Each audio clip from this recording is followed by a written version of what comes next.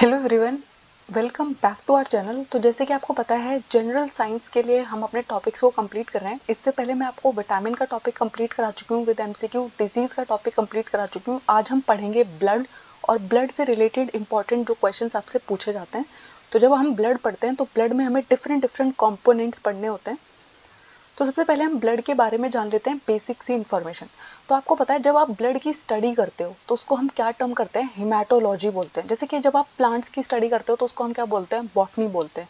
जब आप एनिमल्स की स्टडी करते हैं उसको हम क्या बोलते हैं, जूलॉजी बोलते हैं। ठीक है, जब हम सेल्स की स्टडी करते हैं तो उसे हम क्या बोलते हैं, साइटोलॉजी बोलते हैं। ठीक है, तो वैसे ही जब आप ब्लड की स्टडी करते हैं तो उसको हम क्या बोलते हैं, हिमेटोलॉजी बोलते हैं। ब्लड जो है वो एक प्रकार का कनेक्टिव टिश्यू है। और किस टाइप का कनेक्टिव टिश्यू है, फ्लूइड कनेक्टिव टिश्यू है। क्योंकि जो हमारी ब्लड की मैट्रिक्स होती है वो कैसी होती है, नेचर में फ्लूइड होती है। ठीक है, तो इसलिए उसे क्या बोलते हैं, फ्लूइड कनेक्टिव टिश्यू बोलते हैं। आप अगर अपने ब्लड का पीएच देखोगे तो आपका ब्लड जो है वो थोड़ा एल्कलाइन साइड पे होता है। आपको पता है 7 हमारा जो होता है वो न्यूट्रल होता है।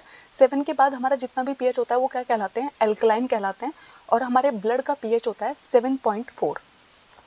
अगर आप अपने ब्लड को देखते हो तो उसके अंदर आपको क्या क्या दिखाई देगा, तो अराउंड 55% प्लाज्मा प्रेजेंट होता है, 45% फॉर्म्ड एलिमेंट प्रेजेंट होते हैं। अब इनके अंदर हम क्या क्या पढ़ेंगे।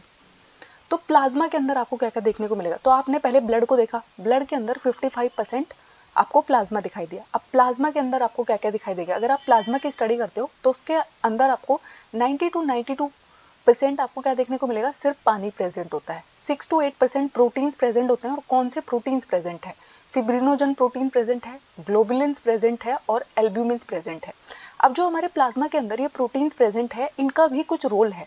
ठीक है, जैसे फिब्रिनोजन हमारे ब्लड में क्यों रिक्वायर्ड है, ये आपके प्लाज्मा के अंदर क्यों प्रेजेंट है। तो आपको पता है जब भी कभी आपके शरीर में कोई चोट लगती है तो वहाँ पर ना थोड़ी देर के बाद क्या होता है, थक्का जमना शुरू हो जाता है और ब्लीडिंग जो है वो रुक जाती है। तो clotting of blood, coagulation of blood जो है उसमें कौन हमारी हेल्प करते हैं, फिब्रिनोजेंस हमारी हेल्प करते हैं। ठीक है, तो फिब्रिनोजेंस का क्या रोल है, क्लॉटिंग ऑफ ब्लड में वो आपकी हेल्प करेंगे। उसके बाद आते हैं हमारे ग्लोबुलिन्स।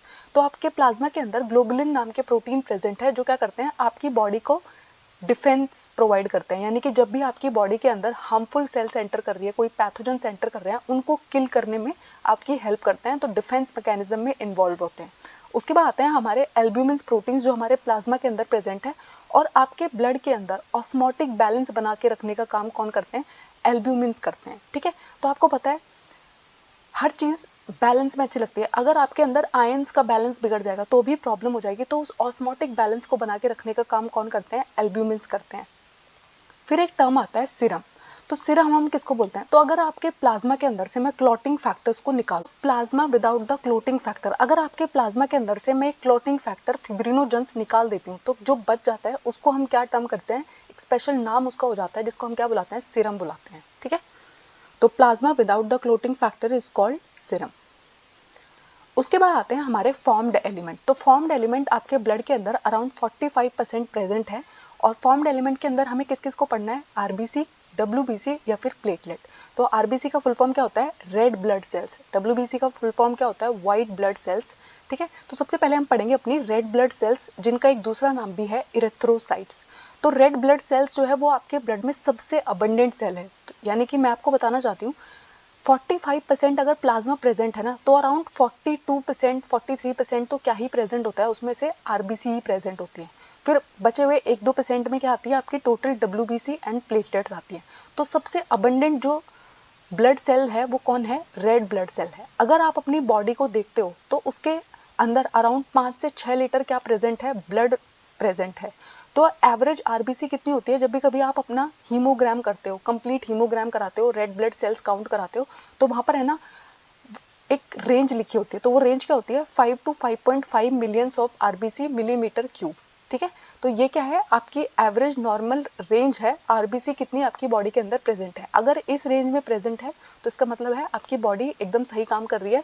ठीक है, इससे कम भी नहीं होनी चाहिए और इससे बहुत ज़्यादा भी नहीं होनी चाहिए, वो भी प्रॉब्लमेटिक है। वो मैं आपको आगे बताऊंगी कैसे। अब आपके जो रेड ब्लड सेल्स है वो कहाँ पर बनती है, आपकी बोन मैरो के अंदर बनती है। तो आपको पता है हमारी रेड बोन मैरो जो है उसके अंदर हमारे सारे टाइप के ब्लड सेल्स बनते हैं, आरबीसी बनते हैं, डब्ल्यूबीसी बनते हैं, प्लेटलेट बनते हैं, और इसी प्रोसेस का एक स्पेशल नाम होता है और वो नाम क्या होता है, हिमेटोपोइसिस होता है। आपकी रेड ब्लड सेल्स के फॉर्मेशन का जो प्रोसेस है रेड बोन मैरो के अंदर जो आपकी ब्लड सेल्स बनती है, इस प्रोसेस को हम क्या बोलते हैं, हिमेटोपोइसिस बोलते हैं। अगर आप आरबीसी को देखोगे मैमल्स के अंदर तो उनके अंदर न्यूक्लियस प्रेजेंट नहीं होता है, ठीक है, डिवॉइड ऑफ न्यूक्लियस होता है, यानी कि कोई भी न्यूक्लियस आपको देखने को नहीं मिलेगा मैमल्स की जो रेड ब्लड सेल्स है उनके अंदर। अगर आप इनकी शेप देखोगे तो आपको बायोकॉन्केव इनकी शेप दिखाई देगी। देखो इस तरीके से हमारी रेड ब्लड सेल्स दिखाई दे रही होती है, तो ये बायोकॉन्केव शेप है। उसके बाद आपने देखा ये जो हमारी रेड ब्लड सेल्स है इसके नाम में भी रेड है और कुछ इस तरीके का आपका ब्लड दिख रहा होता है। तो ये रेड कलर कहाँ से आता है, तो इसका रेड कलर जो है वो एक पिगमेंट की वजह से है और उस पिगमेंट का नाम क्या है, हीमोग्लोबिन है। ठीक है, अगर आप अपनी नॉर्मल हीमोग्लोबिन रेंज कभी डॉक्टर के पास चेक कराने जाते हो तो बोलते हैं आपकी बॉडी के अंदर इनफ हीमोग्लोबिन है, कभी कभी बोलेंगे लो हीमोग्लोबिन है। तो 12 से 16 ग्राम जो है आपकी बॉडी के अंदर हीमोग्लोबिन प्रेजेंट होता है। वुमेन के अंदर जो है मोस्टली वो रेंज क्या रहती है, 12 रहती है, मेल के अंदर 16 रहती है, एथलीट के अंदर है ना ये रेंज 18 भी जा सकती है। ठीक है, तो एथलीट्स का जो हीमोग्लोबिन है वो हमसे ज़्यादा भी हो सकता है। ठीक है, वुमेन की तो 12 भी नहीं रहती, बहुत कम रहती है, क्योंकि हमारी कंट्री में है ना एनीमिया एक बहुत बड़ी प्रॉब्लम है। एनीमिया का मतलब होता है जब आपके ब्लड के अंदर हीमोग्लोबिन की मात्रा बहुत कम है, ऑक्सीजन कैरी करने की कैपेसिटी बहुत कम है, तो उस कंडीशन को हम क्या बुलाते हैं, अगर आपकी बॉडी में लो हीमोग्लोबिन है, आपको चक्कर आता रहता है, आपको थकावट फील होती रहती है, आपको कमजोरी फील होते रहते हैं, इसका मतलब आप क्या है, एनीमिक है। ठीक है, तो जब आप डॉक्टर के पास जाते हैं तो वो आपका हीमोग्लोबिन लेवल चेक करता है और फिर वो आपको बताता है कि आपका जो हीमोग्लोबिन है वो 6 चल रहा है, 8 चल रहा है, 10 चल रहा है। तो फिर आपको क्या बोला जाता है, आयरन रिच फूड खाने के लिए बोला जाता है। आपको आंवला, ग्रीन लीफी वेजिटेबल, पालक, ये सब कुछ खाने के लिए बोला जाता है। अब ये रेड ब्लड सेल्स का काम क्या है, तो आपको पता है हमारे सारे के सारे जो ऑर्गन्स हैं उन सबको ऑक्सीजन चाहिए। अगर आपके ऑर्गन से मैं 3 मिनट के लिए भी ऑक्सीजन निकाल लूँ ना तो आपकी बॉडी जो है, सारे ऑर्गन जो है वो फेलियर शो करने लग जाएंगे। तो हमारी पूरी बॉडी के अंदर ऑक्सीजन को कैरी करना, CO2 को कैरी करना, ये काम कौन करता है, रेड ब्लड सेल्स के अंदर जो हीमोग्लोबिन पिगमेंट है ये करता है। ठीक है, तो ऑक्सीजन को ट्रांसपोर्ट करना हमारी सेल में ये किसका काम है, रेड ब्लड सेल का काम है। अगर आप आरबीसी के लाइफ स्पेन की बात करो, यानी कि कितने दिन तक आपका जो रेड ब्लड सेल है वो जिंदा रहता है, तो 120 डेज इसकी नॉर्मल लाइफ होती है। ठीक है, आरबीसी का ग्रेवयार्ड किसको बुलाते हैं, यानी कि कहाँ जाकर ये बिल्कुल खत्म हो जाता है, बिल्कुल नहीं मिलेगा, आपके शरीर में एकदम डिस्ट्रॉय होती है जहाँ पर जाके आरबीसी, वो आपका कौन सा ऑर्गन है, स्प्लीन ऑर्गन है। देखो स्प्लीन तो ये काम करता ही है, लेकिन लिवर के अंदर भी आपकी डिस्ट्रॉयड आरबीसी रिमूव की जाती है। ठीक है, तो कभी कभी अगर ऑप्शन में स्प्लीन नहीं लिखा हुआ है, ठीक है, तो आपको दूसरा ऑप्शन क्या मार्क करना है, लिवर मार्क करना है। ठीक है, और अगर दोनों लिखे हैं और बोथ 1 एंड 2 आपको बोला गया, तो यानी कि दोनों के दोनों जो है ये हमारी डिस्ट्रॉयड ब्लड सेल्स को हटाने का काम करते हैं। ठीक है, ये है हमारी रेड ब्लड सेल्स। मैमल्स के अंदर इसमें न्यूक्लियस प्रेजेंट नहीं होता है, इसकी शेप बायोकॉन्केव होती है, इसके अंदर न्यूक्लियस प्रेजेंट नहीं है। ऑक्सीजन को कैरी करने का काम हमारी रेड ब्लड सेल्स करती है। ठीक है, उसके बाद आती है हमारी दूसरे टाइप की ब्लड सेल्स, जिनको हम क्या बुलाते हैं, व्हाइट ब्लड सेल्स या फिर ल्यूकोसाइट्स भी बुलाते हैं। तो व्हाइट ब्लड सेल्स जो है, अब ये व्हाइट क्यों है, क्योंकि इनके अंदर कोई भी हीमोग्लोबिन नाम का पिगमेंट प्रेजेंट नहीं है, कोई पिगमेंट प्रेजेंट नहीं है, इसलिए कोई कलर भी शो नहीं करती है। इनके अंदर आपको न्यूक्लिएटेड सेल्स है, यानी कि इनके अंदर न्यूक्लियस प्रेजेंट होता है। अगर आप अपने ब्लड के अंदर एवरेज व्हाइट ब्लड सेल्स का काउंट चेक करते हो तो वो कितना मिलता है, 6000 to 8000 millimetre cube of blood. ठीक है, तो जैसे कि आप कंप्लीट हीमोग्राम कराते हो उसमें आपकी आरबीसी की लिमिट भी लिखी रहती है, डब्ल्यूबीसी की लिमिट भी लिखी रहती है और आपके प्लेटलेट की लिमिट भी लिखी रहती है। आपका जो डब्ल्यूबीसी का लाइफ स्पेन है वो कितना है, 12 से 20 दिन का, यानी कि आपके व्हाइट ब्लड सेल्स कितने दिन जिंदा रहते हैं, 12 से 20 दिन में ही मर जाते हैं। ठीक है, अब आपके जो व्हाइट ब्लड सेल्स है उनको डिफरेंट कैटेगरीज में डिवाइड किया जाता है। तो पहली जो कैटेगरी है वो है ग्रेनुलोसाइट और दूसरी जो कैटेगरी है वो है ए ग्रेनुलोसाइट। तो जब आप इनको माइक्रोस्कोप के नीचे देख रहे हो तो जिनके अंदर आपको ग्रेन्यूल्स दिखाई देंगे, ठीक है, उनको हम क्या बोलते हैं, ग्रेनुलोसाइट बोलते हैं। जितनी भी हमारी न्यूट्रोफिल है, बेजोफिल है, इजाइनोफिल है, ये किसके अंदर आती है, ग्रेनुलोसाइट के अंदर नजर आती है। तो हमारी जो न्यूट्रोफिल है, जो आपके व्हाइट ब्लड सेल्स को अगर मैं देखूं, ठीक है, तो व्हाइट ब्लड सेल्स में सबसे ज्यादा अबंडेंट कौन है, न्यूट्रोफिल है। 60 to 65% व्हाइट ब्लड सेल आपकी कौन सी होती है, न्यूट्रोफिल होती है। ठीक है, उसके बाद आते हैं आपकी बेजोफिल, तो 0.5 से लेके 1% के बीच में ही रहती है और ये क्या करती है, हिस्टामिन को रिलीज करती है, सेरोटोनिन को रिलीज करती है, हेपारिन को रिलीज करती है, और आपकी बॉडी के अंदर जितनी भी इन्फ्लेमेटरी रिएक्शंस हो रही होती है वो किसकी वजह से हो रही होती है, बेजोफिल की वजह से हो रही होती है। उसके बाद आते हैं हमारी इजाइनोफिल। तो हमारे वाइट ब्लड सेल्स को अगर आप देखो उसमें सबसे अबंडेंट थी न्यूट्रोफिल, फिर सिर्फ 2 से 3% होती है इजाइनोफिल। इसको इसका नाम कैसे मिला है? क्योंकि ये जिस डाई से स्टेन होती है उसका नाम क्या है? इयोसिन है, ठीक है। तो इसको इसका नाम इसलिए मिला है। और ये क्या करती है, आपकी बॉडी के अंदर जितने भी इन्फेक्शंस हैं उनको रेजिस्ट करने का काम करती है, उनसे आपके शरीर को बचाने का काम करती है, ठीक है। ये थी हमारी वाइट ब्लड सेल्स जिनके अंदर ग्रेन्यूल्स प्रेजेंट है। अब आती है हमारी वो वाइट ब्लड सेल्स जिनको जब आप माइक्रोस्कोप के नीचे देख रहे हो तो आपको कोई ग्रेन्यूल्स दिखाई नहीं देगा। तो वो कौन है? लिम्फोसाइट एंड मोनोसाइट, ठीक है। उसके अलावा एक नोट मैंने आपके लिए लिखा है, आपकी जो न्यूट्रोफिल है जो किसके अंदर आ रही थी? ग्रेनुलोसाइट के अंदर, और एक ग्रेनुलोसाइट में से जो आपकी मोनोसाइट है, जो आपके मोनोसाइट जो है आपके ब्लड में कितनी प्रेजेंट है? 6 to 8% है। ये कैसी सेल्स है? फेगोसाइटिक सेल है, यानी कि कोई भी फॉरेन ऑर्गेनिज्म जब एंटर करता है उसको खा जाने का काम जो करती है उनको हम क्या बोलते हैं? फेगोसाइटिक सेल बोलते हैं। यानी कि अगर इसने देखा कि कोई भी बैक्टीरिया आपकी बॉडी के अंदर एंटर किया, फटाफट जाएगी और उसको खा जाएगी। किसकी बात हो रही है? न्यूट्रोफिल एंड मोनोसाइट की बात हो रही है। तो इनको हम एक दूसरा नाम भी देते हैं, वो क्या नाम है? फेगोसाइटिक सेल्स, क्योंकि ये किसी भी फॉरेन ऑर्गेनिज्म जो आपकी बॉडी में एंटर करने की कोशिश कर रहा है उसको खा जाती है, ठीक है। अब हमारे एक ग्रेनुलोसाइट के अंदर हमें कौन पढ़ने हैं? Lymphocyte and monocyte. तो मोनोसाइट मैंने आपको बताया कि आपके ब्लड के अंदर वो फेगोसिटिक रोल प्ले करते हैं, 6 to 8% प्रेजेंट रहते हैं। फिर आते हैं हमारे लिम्फोसाइट।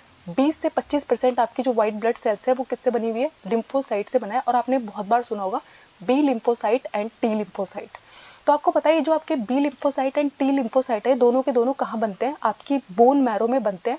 जो हमारा बी लिम्फोसाइट है वो तो बनता भी बोन मैरो में और मैच्योर भी बोन मैरो में होता है।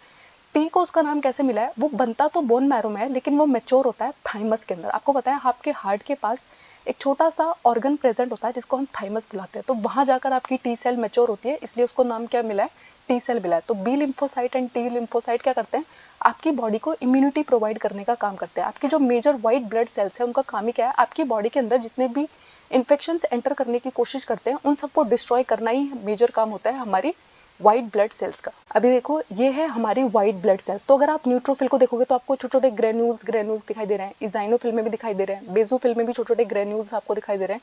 फिर आती है हमारी एक ग्रेनुलोसाइट, लिम्फोसाइट एंड मोनोसाइट, जिनके अंदर आपको कोई ग्रेन्यूल्स दिखाई नहीं दे रहे, एकदम क्लियर है सारा का सारा सरफेस जो है, न्यूक्लियस सबके अंदर प्रेजेंट है, ठीक है। ये है हमारी व्हाइट ब्लड सेल्स। उसके बाद आती है हमारी प्लेटलेट्स, हमारी तीसरे टाइप की ब्लड सेल्स जो कहाँ पर प्रेजेंट है?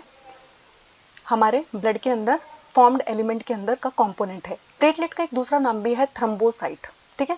प्लेटलेट्स किससे बनती है? मैंने आपको बताया आपकी बोन मैरो के अंदर है ना एक स्टेम सेल होती है जिसका नाम है हिमेटोपोइटिक स्टेम सेल, ठीक है। फिर वो lymphoid progenitor cell and myeloid progenitor cell में अपने आप को डिवाइड कर देती है और व्हाइट ब्लड सेल बनाने का काम, रेड ब्लड सेल बनाने का काम, प्लेटलेट बनाने का काम, ये सारे के सारे काम वहाँ पर हो रहे होते हैं, ठीक है। तो वहाँ पर एक सेल होती है मेगा कैरियोसाइट, ठीक है। ये बोन मैरो के अंदर प्रेजेंट है और ये क्या बनाने में हमारी मदद करती है? प्लेटलेट्स बनाने में हमारी मदद करती है। तो मेगा कैरियोसाइट से हमें क्या मिलता है? प्लेटलेट्स मिलती है।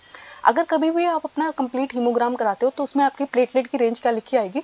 1.5 लाख से लेके 3.5 लाख। तो जब भी आपकी प्लेटलेट 1.5 लाख से कम जाने लग जाती है तो डॉक्टर्स आपको बोलते हैं डेंगू का टेस्ट कराने के लिए, ठीक है। और भी बहुत सारी कंडीशन में आपकी प्लेटलेट्स लो जा सकती हैं, लेकिन डेंगू हम सबसे पहले सस्पेक्ट करते हैं क्योंकि उसमें क्या होता है आपकी प्लेटलेट जो है वो कम होने लग जाती है। और प्लेटलेट का मेजर रोल क्या है? आपकी क्लोटिंग में सबसे ज़्यादा हेल्प वही करती है। यानी कि अगर आपकी बॉडी में कोई भी इंजरी हो गई, आपको कोई भी चोट लग गई, खून बहने लग जाता है, उसको खून बहने से रोकने का काम कौन करती है? हमारी प्लेटलेट्स करती है।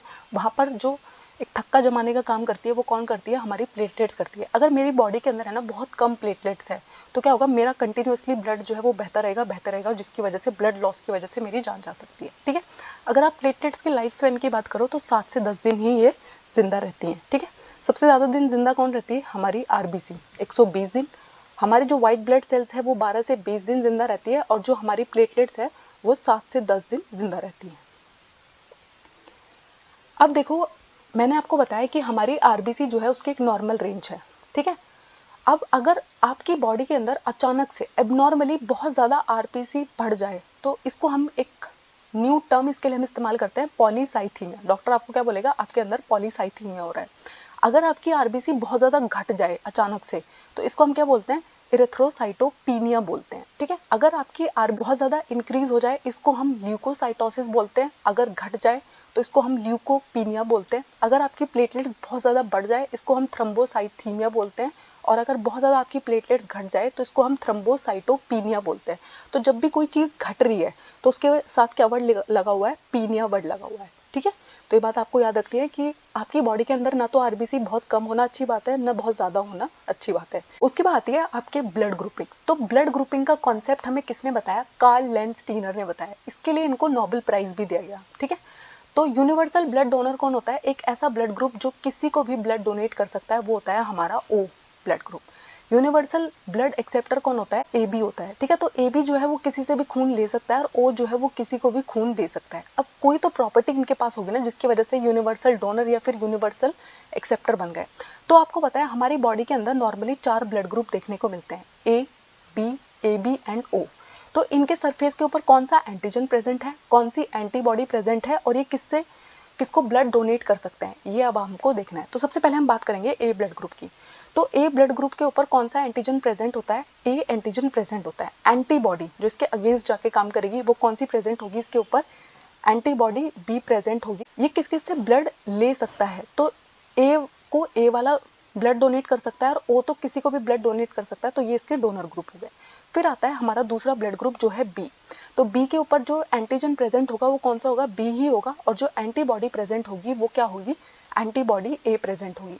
इसको कौन कौन ब्लड दे सकता है, बी को बी वाला ब्लड दे सकता है और ओ वाला ब्लड दे सकता है, क्योंकि ओ क्या है, हमारा यूनिवर्सल ब्लड डोनर है। फिर आते हैं हमारा नेक्स्ट ब्लड ग्रुप जो यूनिवर्सल एक्सेप्टर है। तो यूनिवर्सल एक्सेप्टर क्या है, इसके ऊपर एंटीजन कौन सा प्रेजेंट होता है, ए और बी दोनों एंटीजन प्रेजेंट है। इसके ऊपर कोई एंटीबॉडी प्रेजेंट नहीं होती और यही फीचर इसे बनाता है यूनिवर्सल ब्लड एक्सेप्टर। ये किसी से भी ब्लड ले सकता है क्योंकि इसकी बॉडी जो है वो कोई भी एंटीबॉडी प्रोड्यूस नहीं करेगी, कोई भी हार्मफुल रिएक्शन यहाँ पर टेक प्लेस नहीं होगा, क्योंकि इसके सरफेस के ऊपर कोई एंटीबॉडी प्रेजेंट नहीं है जो इसको क्या बनाती है, यूनिवर्सल ब्लड एक्सेप्टर बनाती है। अभी किस किस से ब्लड ले सकता है, ए बी वाले बंदे से ब्लड ग्रुप, ए बी वाले से ब्लड ले सकता है, ए वाले से ब्लड ले सकता है, बी वाले से ब्लड ले सकता है, ओ वाले से ब्लड ले सकता है, किसी से भी ब्लड ले सकता है हमारा ओ। अब ओ के ऊपर है ना कोई भी एंटीजन प्रेजेंट नहीं होता, एंटीबॉडीज पे ए भी प्रेजेंट है, बी भी प्रेजेंट है, इसलिए ना तो ये ए से ब्लड ले सकता है, ए से ब्लड लेगा तो रिएक्शन हो जाएगी, बी से लेगा तो भी रिएक्शन हो जाएगी, ठीक है। तो ये ओ वाला किससे ब्लड ले सकता है, सिर्फ ओ वाले से ब्लड ले सकता है, इसलिए हम ओ ब्लड ग्रुप को रेयर ब्लड ग्रुप भी कहते हैं, क्योंकि जब ऐसे इंसान को खून चाहिए होता है तो बहुत ज़्यादा कमी पड़ जाती है खून की, ठीक है, क्योंकि ओ वालों को ढूंढना बहुत मुश्किल हो जाता है। कौन सा फीचर इन्हें यूनिवर्सल ब्लड डोनर और यूनिवर्सल ब्लड एक्सेप्टर बना रहा है, ये आपको समझ आ गया होगा। ए बी के पास कोई भी एंटीबॉडी नहीं है इसलिए वो किसी से भी ब्लड ले सकता है, इसलिए वो यूनिवर्सल ब्लड एक्सेप्टर है।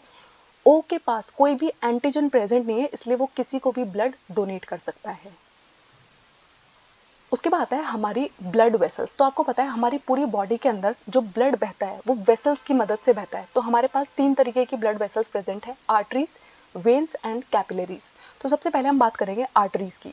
तो आर्टरीज हमारी वो ब्लड वेसल्स है जो क्या करती है, आपके दिल से है ना दूर ब्लड को लेके जाती है दूसरे ऑर्गन्स तक। यानी कि मेरी किडनी को खून चाहिए, मेरे पैर में खून चाहिए, तो वहाँ पर है ना मेरे हार्ट से खून लेके जाने का काम कौन करेगी, हमारी आर्टरीज करेगी। क्योंकि हमारी जो आर्टरीज है वो हार्ट से ब्लड लेके जा रही है, तो हार्ट के पास है ना ब्लड बहुत ही हाई प्रेशर से बह रहा होता है, ठीक है। तो हाई प्रेशर होता है तो आर्टरीज के पास है ना thick and elastic walls present होती है। तो आर्टरीज की वॉल्स कैसी होती है, थिक एंड इलास्टिक, ठीक है। फिर आती है हमारी दूसरे टाइप की ब्लड वेसल जो है वेन्स। वेन्स का क्या काम होता है, जितने भी मेरे ऑर्गन्स हैं उन सबसे ब्लड को कलेक्ट करके हार्ट के पास लेके आना ताकि फिल्ट्रेशन हो सके। देखो मेरा कोई ब्लड था जो किडनी में प्रेजेंट है, ठीक है। अब वहाँ पे क्या हो गया, वो पूरा ऑक्सीजन मैंने इस्तेमाल कर लिया, अब उसके अंदर ऑक्सीजन की कमी हो गई है, CO2 बहुत बढ़ गई है, तो उसके अंदर है ना दोबारा से वो ब्लड जो है वो ऑक्सीजन उसके अंदर और ज़्यादा फिल हो सके, तो वहाँ से वेन्स क्या करेगी, ब्लड को कलेक्ट करेगी और हार्ट के पास लेके आएगी, और हार्ट फिर उसको कहाँ भेजेगा, लंग्स के पास भेजता है, ठीक है। अब देखो यहाँ पे है ना टिश्यू के पास से आ रहा है ब्लड, तो ये बहुत हाई प्रेशर में नहीं बह रहा होता, और यहाँ पे है ना हमारी वेन्स के अंदर वॉल्व प्रेजेंट होती है। अब वेन्स के अंदर वॉल्व्स क्यों प्रेजेंट होती है, ताकि हमारा जो ब्लड है ये डीऑक्सीनेटेड ब्लड है, इसके अंदर ऑक्सीजन की कमी है, ये सिर्फ एक ही डायरेक्शन में फ्लो करे, बैकवर्ड फ्लो ना करे, इसलिए हमारी वेन्स के पास क्या होती है, वॉल्व्स प्रेजेंट होती हैं। फिर आती है हमारी कैपिलरीज। तो हमारी आर्टरीज है ना जब बहुत ही स्मॉल वेसल्स में डिवाइड हो जाती हैं, बहुत ही स्मॉल वेसल्स में डिवाइड हो जाती है, तो उसका एक स्पेशल नाम हो जाता है जिसको हम क्या बोलते हैं, कैपिलरीज बोलते हैं, ठीक है। तो कैपिलरीज किस में मदद कराती है, एक्सचेंज ऑफ मटेरियल में हेल्प कराती है, क्योंकि इनकी जो वॉल्स है वो बहुत ही पतली होती है, और जब ये बहुत सारी कैपिलरीज दोबारा से ज्वाइन हो जाती है तो ये क्या फॉर्म कर देती है, वेन को फॉर्म कर देती है, ठीक है। जब बहुत सारी आर्टरीज डिवाइड हो जाएंगी बहुत ही पतली पतली वेसल्स में, वो कैपिलरीज बनाती है, और जब बहुत सारी कैपिलरीज मिल जाएगी तो वो क्या फॉर्म कर देती हैं, वेन्स को फॉर्म कर देती हैं। ठीक है, अब हम करेंगे इससे रिलेटेड क्वेश्चंस। तो स्टडी ऑफ ब्लड क्या कहलाता है, साइटोलॉजी, क्रायोलॉजी, हिमेटोलॉजी या फिर हिमेटोपोइसिस। तो मैंने आपको बताया कि स्टडी ऑफ ब्लड क्या कहलाता है, हिमेटोलॉजी कहलाता है, और आप मुझे कमेंट्स में बताएंगे कि हिमेटोपोइसिस का क्या मतलब होता है। नेक्स्ट क्वेश्चन है what is the pH of blood. तो आपका जो ब्लड है उसका पीएच क्या है, 7, 6.5, 5.6 या फिर 7.4। तो मैंने आपको बताया कि हमारा जो ब्लड है वो एल्कलाइन साइड पे होता है, तो 7.4 क्या है, हमारे ब्लड का पीएच है। नेक्स्ट क्वेश्चन है blood contains dash plasma and dash formed element respectively. कितने परसेंटेज प्लाज्मा है, कितने परसेंटेज फॉर्म्ड एलिमेंट है, 50-50%, 45-55, 55-45, 70 या फिर 30। तो आपको पता है आपके ब्लड के अंदर 55% प्लाज्मा होता है, 45% फॉर्म्ड एलिमेंट होते हैं। ठीक है, उन्होंने रिस्पेक्टिवली पूछा तो इसलिए हमारा थर्ड वाला सही होगा। नेक्स्ट क्वेश्चन है blood is which type of tissue. तो आपका जो ब्लड है वो किस टाइप का टिश्यू है, नर्वस टिश्यू है, मस्कुलर टिश्यू है, एपिथेलियल टिश्यू है या फिर कनेक्टिव टिश्यू है। तो आपको पता है ब्लड आपका जो है वो फ्लूइड कनेक्टिव टिश्यू है। ठीक है, कनेक्टिव टिश्यू के अंदर और कौन कौन से टिश्यू होते हैं ये मेरे को कमेंट्स में बताइएगा। नेक्स्ट क्वेश्चन है plasma which is present in blood contains 90 to 90% water and 6 to 8% protein, identify the protein role. तो आपको पता है आपके ब्लड के अंदर 55% प्लाज्मा था। अगर आप प्लाज्मा को देखते हो तो उसके अंदर 90 to 92% वाटर था, 6 to 8% प्रोटीन्स थे। अब जो प्रोटीन्स थे उनके क्या फंक्शन है, फिब्रिनोजन का क्या फंक्शन है, ग्लोबुलिन का क्या फंक्शन है, एल्ब्यूमिन का क्या फंक्शन है, help in balancing osmotic balance, coagulation of blood या फिर डिफेंस मैकेनिज्म। तो आपको पता है जो फिब्रिनोजेंस है वो ब्लड कोगुलेशन में हेल्प करते हैं, तो फर्स्ट का होगा बी। ठीक है, सेकंड क्या है, ग्लोबुलिन्स। तो ग्लोबुलिन्स क्या करते हैं, डिफेंस मैकेनिज्म में हमारी हेल्प करते हैं, तो सेकंड का होगा सी। और थर्ड का क्या होगा, एल्ब्यूमिन्स क्या करते हैं, ऑस्मोटिक बैलेंस को मेंटेन करने में हमारी हेल्प करते हैं, तो थर्ड का होगा ए। नेक्स्ट क्वेश्चन है plasma without the clotting factor is called. तो अगर आपके प्लाज्मा के अंदर से मैंने क्लोटिंग फैक्टर निकाल दिया उसको हम क्या कहेंगे, लिम्फ कहेंगे, ब्लड कहेंगे, सीरम कहेंगे या फिर ग्लोबुलिन कहेंगे। तो मैंने आपको पहले ही बताया था कि अगर प्लाज्मा के अंदर से क्लोटिंग फैक्टर आप माइनस कर देते हो तो आपके पास जो बचता है उसे हम कहते हैं सीरम। नेक्स्ट क्वेश्चन है which blood cell is known as erythrocyte. इनमें से कौन सी ब्लड सेल को हम इरिथ्रोसाइट भी बुलाते हैं, बेजोफिल, WBC, प्लेटलेट या फिर RBC। तो आपको पता है जो हमारी रेड ब्लड सेल्स है उसको हम क्या बुलाते हैं, इरिथ्रोसाइट बुलाते हैं। ठीक है, नेक्स्ट है which blood cell is known as leucocyte. Leucocyte हम किसको कहते हैं, तो हमारी जो व्हाइट ब्लड सेल्स होती है उसको हम क्या बुलाते हैं, ल्यूकोसाइट बुलाते हैं। थ्रम्बोसाइट हम किसको बोलते हैं, तो आपको पता है हमारी जो प्लेटलेट्स है वो क्या कहलाती है, थ्रम्बोसाइट कहलाती है। तो इनके दूसरे दूसरे नाम भी आपको मालूम होने चाहिए, अपना स्कोर भी कमेंट्स में लिखना होता है। नेक्स्ट है RBC are formed in our red bone marrow, RBC is known as erythrocyte and RBC is the most abundant blood cell, which organ is known as graveyard of RBC. तो आपको पता है आपकी आरबीसी जो है वो red bone marrow में बनती है, आरबीसी का एक दूसरा नाम है इरिथ्रोसाइट, और आरबीसी आपके ब्लड सेल में सबसे अबंडेंट सेल भी है। कहाँ पर जाके आपकी किसी की कब्र कहाँ पे है, ग्रेवयार्ड कहाँ पे है, लंग्स, पैनक्रियाज, स्प्लीन या फिर किडनी। तो मैंने आपको बताया था कि ग्रेवयार्ड ऑफ आरबीसी हम किसको कहते हैं, स्प्लीन को बुलाते हैं। ठीक है, स्प्लीन एक ऑर्गन होता है आपकी बॉडी के अंदर प्रेजेंट होता है। नेक्स्ट क्वेश्चन है which pigment is present in blood which gives it red colour, this pigment also helps in transport of oxygen in our body. तो एक पिगमेंट आपके ब्लड के अंदर प्रेजेंट है जो इसको रेड कलर प्रोवाइड करता है, और आपकी बॉडी के अंदर ये पिगमेंट क्या करता है, ऑक्सीजन कैरी करने का काम करता है। तो इस पिगमेंट का आपको नाम बताना है, एंथोसाइनिन, कैरोटेनॉइड्स, क्लोरोफिल या फिर हीमोग्लोबिन। तो आपको पता है हमारे जितने भी बीट रूट या फिर रेड कलर के इस तरीके के फ्रूट होते हैं उनके अंदर क्या पिगमेंट प्रेजेंट होता है, एंथोसाइनिन, स्पेशली बीट रूट के अंदर। ठीक है, कैरोटेनॉइड्स भी हमारे प्लांट्स के अंदर प्रेजेंट है, क्लोरोफिल हमारी ग्रीन पत्तियों के अंदर प्रेजेंट है, और जो ब्लड के अंदर पिगमेंट प्रेजेंट है उसका नाम है हीमोग्लोबिन, और ऑक्सीजन को कैरी करने का काम करता है ये पिगमेंट। रेड कलर भी इसी की वजह से होता है आपके आरबीसी का। नेक्स्ट क्वेश्चन है which blood cell does not have nucleus, devoid of nucleus in mammals. Mammals के अंदर कौन सा ऐसा सेल है जिसके पास न्यूक्लियस प्रेजेंट नहीं है, लिम्फोसाइट, बेजोफिल, आरबीसी या फिर न्यूट्रोफिल। तो आपको पता है आपकी जो रेड ब्लड सेल्स है मैमल्स के अंदर, जो रेड ब्लड सेल्स होती है उनके अंदर न्यूक्लियस प्रेजेंट नहीं होता है, बाय कॉनकेव होती है शेप में। ठीक है, शेप याद रखनी है आपको। मेरे को बताना है कि सिकल सेल अनीमिया में इनकी शेप क्या हो जाती है, रेड ब्लड सेल्स की। नेक्स्ट क्वेश्चन है which of the following white blood cells are a granulated. कौन सी ऐसी व्हाइट ब्लड सेल है जो ए ग्रैनुलेटेड है, जिसके अंदर ग्रैन्यूल्स प्रेजेंट नहीं है, न्यूट्रोफिल, इजाइनोफिल, बेजोफिल या फिर मोनोसाइट। तो आपको पता है जो हमारी मोनोसाइट है और लिम्फोसाइट है वो ए ग्रैनुलेटेड के अंदर आती है, तो monocyte. Neutrophil, eosinophil and basophil ये ग्रैनुलेटेड सेल्स है, ठीक है। Which of the following cells are phagocytic cells, तो कौन सी सेल को हम फेगोसाइटिक सेल भी बोलते हैं। फेगोसाइटिक सेल का मतलब है जैसे कोई पैथोजन, कोई फॉरेन पार्टिकल आपकी बॉडी के अंदर एंटर किया, उसको जाके खा जाती हैं cells. Neutrophil, monocyte, basophil, both 1 and 2। तो हमारी दो ऐसी सेल होती हैं, न्यूट्रोफिल एंड मोनोसाइट, इनको हम फेगोसाइटिक सेल भी बोलते हैं। नेक्स्ट क्वेश्चन है which blood cell helps in coagulation of blood या फिर क्लॉटिंग ऑफ ब्लड, तो कौन सी ऐसी सेल है जो आपकी ब्लड क्लॉटिंग में हेल्प करती है। आरबीसी, डब्ल्यूबीसी, प्लेटलेट्स या फिर न्यूट्रोफिल। तो आपको पता है आपकी बॉडी के अंदर सबसे मेजर फंक्शन जो प्लेटलेट्स निभाती है वो क्या है, कोगुलेशन ऑफ ब्लड, ठीक है। प्लाज्मा के अंदर भी कुछ फैक्टर्स होते हैं फिब्रिनोजन जो जाके आपकी क्लॉटिंग में हेल्प करेंगे, लेकिन सबसे मेजर रोल किसका होता है, प्लेटलेट्स का होता है, ठीक। कैल्शियम भी बहुत इंपॉर्टेंट होता है ब्लड क्लॉटिंग के लिए। आपको इनका लाइफ स्पैन बताना है, आरबीसी का लाइफ स्पैन, डब्ल्यूबीसी का लाइफ स्पैन या फिर प्लेटलेट का लाइफ स्पैन। तो आपको पता है आरबीसी हमारी 120 दिन जिंदा रहती है। हमारी जो वाइट ब्लड सेल्स है वो कितने दिन जिंदा रहती है, 12 से 20 दिन। और हमारी जो प्लेटलेट है वो कितने दिन जिंदा रहती है, 7 से 10 दिन, ठीक है।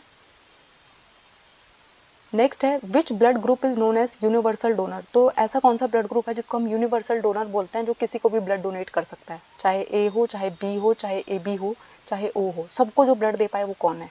तो आपको पता है जो आपका ओ ब्लड ग्रुप होता है वो यूनिवर्सल डोनर कहलाता है। क्यों, वो यूनिवर्सल डोनर क्यों है, उसका रीजन मुझे बताइएगा, मैंने आपको बता दिया है पहले। नेक्स्ट है which blood group is known as universal recipient, तो यूनिवर्सल रेसिपिएंट कौन कहलाता है, जो किसी से भी ब्लड ले सकता है। तो आपको पता है आपका जो ए बी ब्लड ग्रुप है वो किसी से भी ब्लड ले सकता है, ए से भी, बी से भी, ए बी से भी और ओ से भी, ठीक है। नेक्स्ट है arteries carry blood away from the heart to other organs. Arteries blood vessels have thin elastic wall, thin rigid walls, thick elastic walls या फिर नन ऑफ दीज। तो आपको पता है आर्टरीज के अंदर जो ब्लड है वो बहुत ही हाई प्रेशर से जा रहा होता है, और जब कहीं पे हाई प्रेशर जा रहा है तो क्या चाहिए, थिक वॉल्स चाहिए और इलास्टिसिटी चाहिए, ठीक है। तो thick and elastic walls present होती है आपकी आर्टरीज के अंदर। Dash carry blood from different organ and bring to the heart, dash contain valve so that blood flows only in one direction. आपको आइडेंटिफाई करना है कि किसकी बात हो रही है, जिसके पास वॉल्व्स प्रेजेंट है और ये ब्लड को कहाँ लेके जाने का काम करती हैं, ऑर्गन से हार्ट के पास लेके जाने का काम करती है। कैपिलरी, आर्टरी, वेन्स या फिर लिम्फ। तो आपको पता है आपकी जो वेन्स है उनके अंदर वॉल्व्स प्रेजेंट होती हैं, ठीक है।